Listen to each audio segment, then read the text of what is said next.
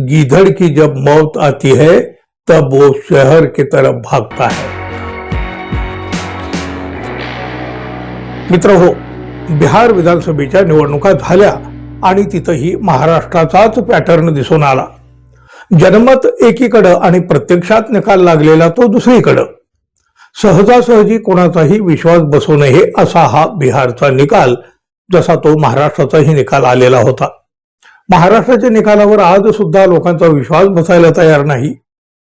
कुठल्याही मार्गाने बिहारमध्ये भाजपा जिंकणार हे आधीपासून सांगितलं जात होतं। अखेर भाजपा मोठ्या फरकाने जिंकला आणि विरोधकांनी निवडणूक आयोगाचं अभिनंदन केलं। जिंकला भाजप मित्रपक्ष, अभिनंदन मात्र निवडणूक आयोगाचं।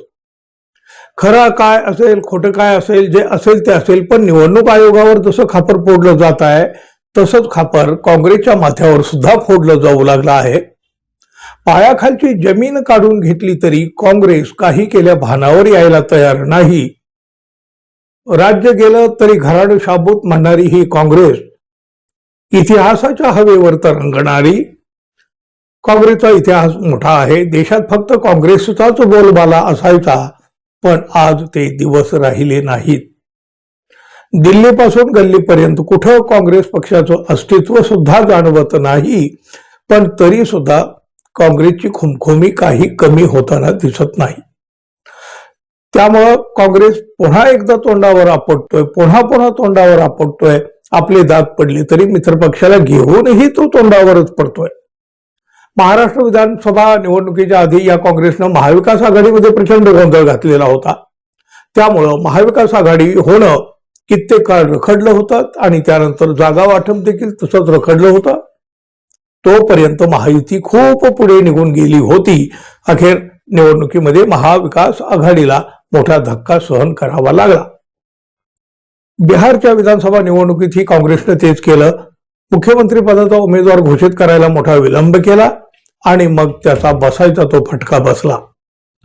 उद्धव ठाकरे शिवसेनेचे नेते अंबादास दानवे यांनी या गोष्टीकडे लक्ष वेधलं, पण काँग्रेस होती चुका शोधायच्या ऐवजी आपलंच शहाणपणा रेटायला त्यांनी आता सुरुवात केली।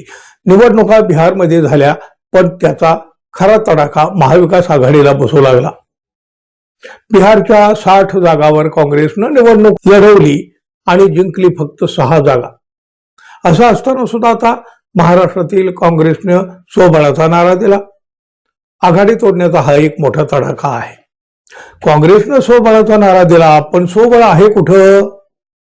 महाविकास आघाडीमध्ये काँग्रेस होतं म्हणून त्यांचं जेमतेम अस्तित्व तरी आज टिकलेलं दिसतं। पण तरीही मुंबई काँग्रेसच्या अध्यक्ष वर्षा गायकवाड यांनी स्वबळाची भाषा केली।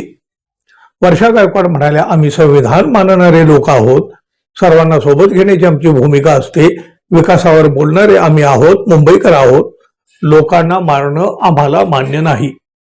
आम्ही समविचारी पक्षासोबत चर्चा करणार आहोत। आरपीआयचे काही गट यांना आम्ही सोबत घेऊ, तसेच आमची नैसर्गिक युती शरद पवारांच्या राष्ट्रवादीशी असते, आम्ही त्यांच्या सोबत देखील चर्चा करू, असं सांगत स्वबळावर लढण्याची घोषणा देणारी काँग्रेस, राष्ट्रवादी काँग्रेस शरद पवार आणि आंबेडकरवादी पक्षासोबत युती करण्यास इच्छुक असल्याचे संकेत देखील त्यांनी दिले। म्हणजे काय तर त्यांना उद्धव ठाकरे यांची शिवसेनाही नको आहे आणि राज ठाकरे यांची मनसेही नको आहे। यालाच म्हणतात, शुंभ जळला तरी पीळ जळत नाही, दात पडले तरी खुमखुमी जात नाही। गीदड़ की जब मौत आती है तब वो शहर की तरफ भागता है। अशाच वृत्तीनं काँग्रेस संपलेली आहे। महाविकास आघाडीमुळे कुठेतरी धुगधुगी उरलेली आहे, पण काँग्रेसचे नेते मात्र इतिहासाच्या हवेतून बाहेर यायलाच तयार नाहीत।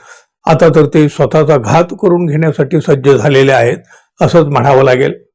तुम्ही काय म्हणाल मित्रांनो, जरूर सांगा। धन्यवाद, पुन्हा भेटू, नमस्कार।